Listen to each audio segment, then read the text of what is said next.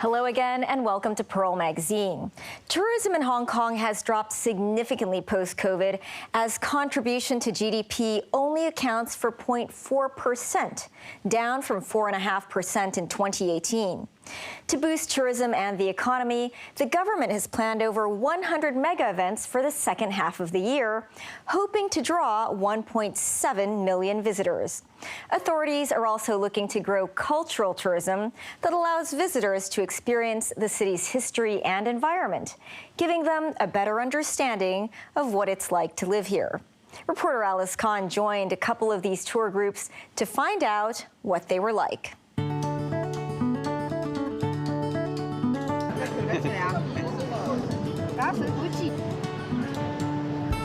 What do you want to experience? The Hong Kong culture. We dined at a street restaurant just for lunch on the island, on the outer island. Yeah, it was great fun and lots to look at. Just all the people walking by and all the fishing boats that were in the harbour there. Just simple things, but to us, quite different. 網上睇啲熱門景點，仲有食啲普通啲食品，有香港文化啲食品乜，唔係買幾啲嘢，係買一啲特產吧。 In February, the government allocated over $1 billion to strengthen tourism development and boost the economy. Apart from the mega events, it is also supporting the industry to develop in-depth travel routes such as eco-tours and city walks. In March, nearly 700 entries from 135 travel agencies competed for the Travel Industry Council's Deeper into Hong Kong Creative Itinerary Design Competition.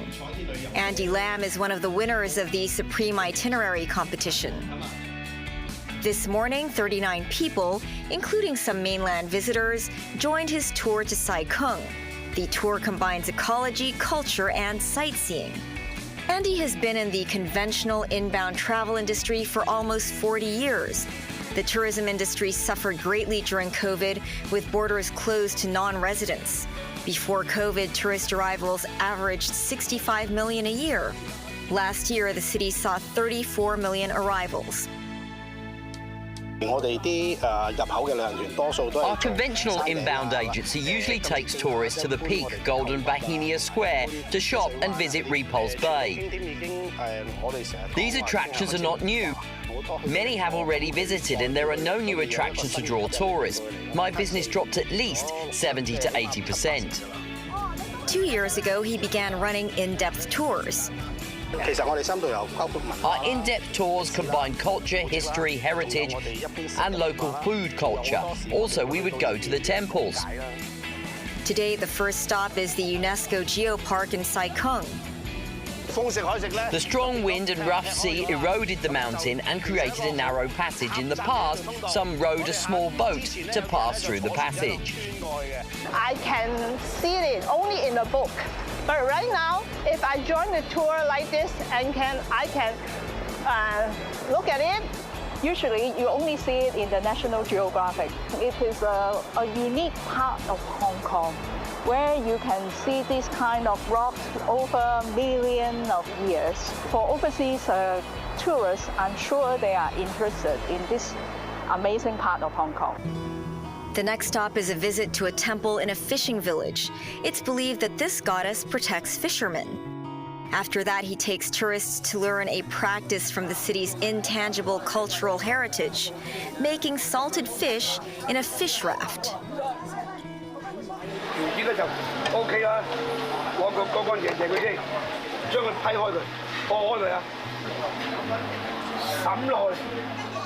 Andy says he also arranges camping tours on the fish rafts.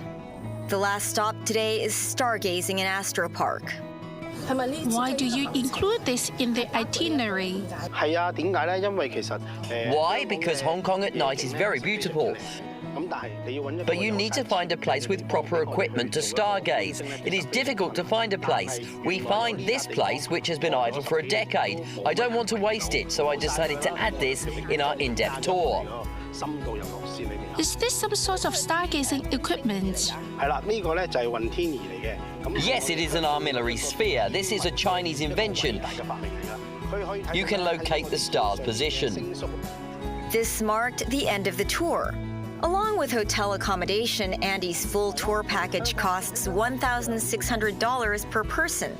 But his clients chose not to stay in the hotel. They paid $400, $500 for the day trip, but then they would spend on other activities after finishing the tour. Actually, I can benefit the boat business, catering. Every sector also makes money. Paul Chan has been running a cultural tour for 10 years, offering walks in the city for clients. His clients are overseas visitors from the US and Australia who are culture and nature lovers willing to pay a higher price for in-depth tours. We firmly believe that Hong Kong is not just theme parks or shopping and dining, and we have much more to offer for our visitors. This kind of cultural tourism can survive the toughest and the most cutthroat competition in the market. Paul takes his clients to look at some hidden gems in the city. For example, old shops, studios, interesting cityscapes, wall paintings and street arts, and also heritage buildings. And we'll look for these interesting spots. Paul, is this a historic staircase? Yeah, we are in one of the most historic neighborhoods, and this street is called Leather Street. It's one of the oldest one of the oldest streets in Hong Kong. This 170-year-old Man-Mo Temple, a declared monument, is a must-see place in his itinerary. Mo God is the god of warrior or martial arts, and business people love to worship Mo God. And for the man god is the god of literature or the god of examination, and therefore even nowadays, before in the peak examination season, you'll find a long queue of students. Last year, he received funding from the Countryside Conservation Office to explore the potential in countryside tourism. Our attractiveness, our charm actually lie in the localhood. So you can explore one community and then the next day you go to the countryside. We believe that only by unleashing these aspects of our cultural and of our cultural resources, we can convince that you should come to Hong Kong not only once but also twice, or come to more time. Today, Paul takes a group to explore this old Hakka village, Yung Shu Ao. They enjoy a feast with villagers and learn a little bit about their culture. You get to see Hakka house and also the legacy and the heritage of this Hakka village setting. We need to curate experience that's memorable, unique, and also help you get a sense of the place and the culture. During the program, you get a chance to interact with locals, you talk to the people, share their stories, and also get inspired by them. So I think these are the more in-depth experience that's different from the more mass-based tour that offers. If we just keep it to ourselves, we can't spread the story about Hakka people, world village culture. We have to tell outsiders more about us. Then we can sustain and spread our Hakka culture. Paul says Yung Shu Ao is a unique village. It's actually one of the barrack buildings that used to be in here, and it's actually quite unique because among all the Hakka village in Yan Shui Tong area, only in Yung Shu Ao you will find the barrack from the British soldiers, and the reason is because it's really close to the mainland borders.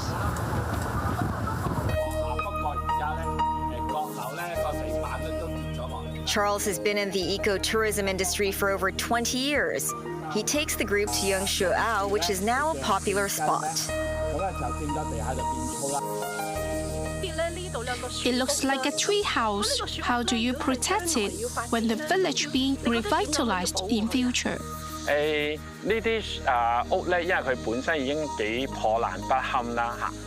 This house is dilapidated. So what to do with this house? It is an attraction. The tree becomes a part of the house. If it's reinforced, then tourists can appreciate it and it attracts visitors.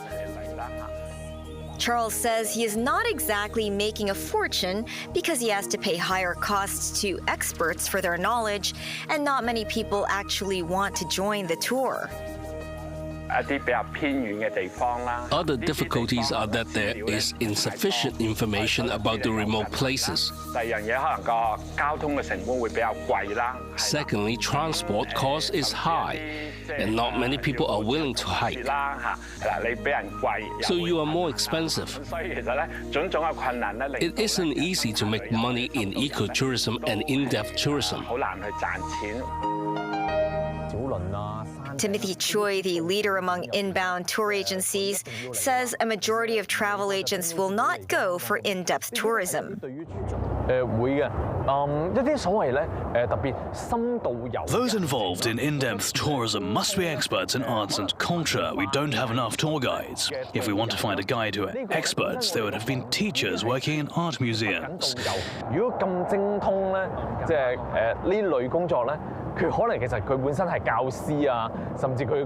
This kind of business model is just at an infant stage. The business size is relatively small. I believe it is difficult to become mainstream in the next 1 or 2 years.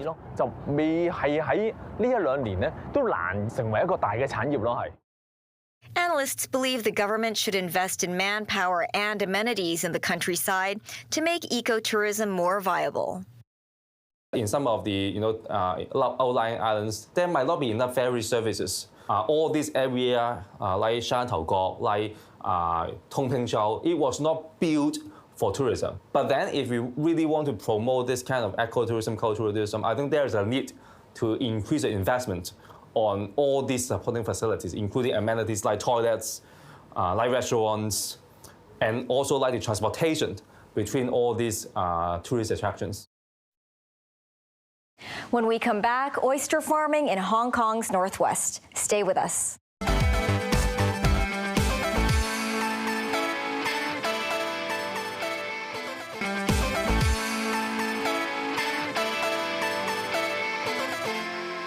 Welcome back to Pearl Magazine. In February, the Development Bureau proposed to develop a huge Lau Fau Shan project in the northern metropolis. One theme is ecotourism, since there is a large stretch of water and mudflats, as well as oyster cultivation, which could attract local and foreign visitors. But oyster farmers say they won't benefit from the new development. Alice Kahn finds out more about the unique conditions required to raise oysters in Deep Bay. This is Lau Fau Shan in the New Territories Northwest. Looking out over the wide expanse of sea, it's a sunset spot for tourists, and it's also renowned for oyster farming.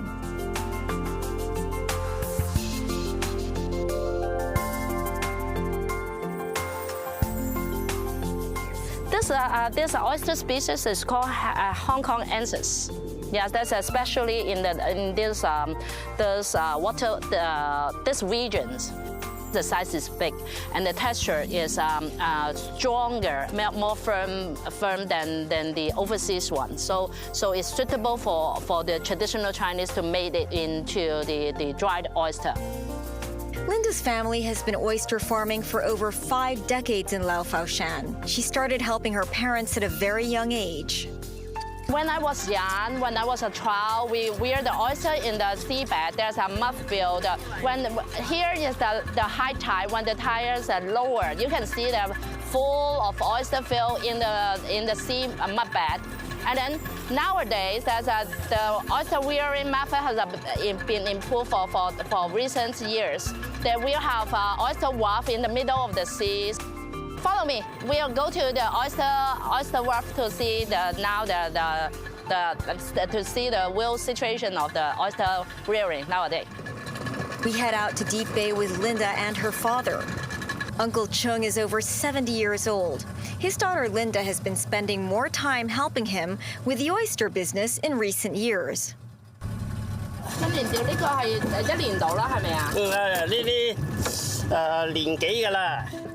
The history of oyster farming in Deep Bay dates back more than 700 years. The oyster growing method is listed in Hong Kong's intangible cultural heritage. Actually, nowadays, you can see this oyster raft. We're hanging the oyster into this rib and then hang it into the sea so that there's a more space for the oyster to grow, to eat, and then it's easier to handle. You know, a long time ago when we rear the oyster in the field, and then we need to move it one by one, but nowadays, for example, we can use the boat to take the whole raft to different space for a better environment and easier to handle this oyster. How do they stick? Are they stick together before they grow? Or we just a stick and then just a cement to stick the parts of the oyster here and then hang it here, and then it will grow by itself. In Deep Bay, there are over 8,000 oyster rafts. Linda says it is the best environment for oyster farming. The Deep Bay, the Inner Bay, protected by the two sides mountains, and also the salt water and the freshwater conjunctions. The saltiness of the water is suitable for oyster to rear here. To make this a wave is not that wave, and also wind is not that strong. Linda's family owns more than 200 rafts here. We have about 10 meter by 10 meter, and then hang 800 strings of oyster, and then each string with about 20 to 20 something oysters. You can take one out, but it's quite heavy. You may try. It's heavy, right? Yeah. Yeah. As I said, it's a hard work. Where's the big one? She says these species take 3 to 5 years to grow to maturity. However, they face a lot of challenges, such as pollution and bad weather. You can even tell that there's that strain of oyster that we took also have a lot of the oyster die, because recent year the most of the oyster farmer cannot make the good money. For example, this is still alive, but this one is already died. Linda also says the harvesting period is shorter, and this affects oyster farmers' income. When I was young, the harvest seasons last for about half years, but nowadays the harvest season only lasts for 3 months to 2 months. They only grow in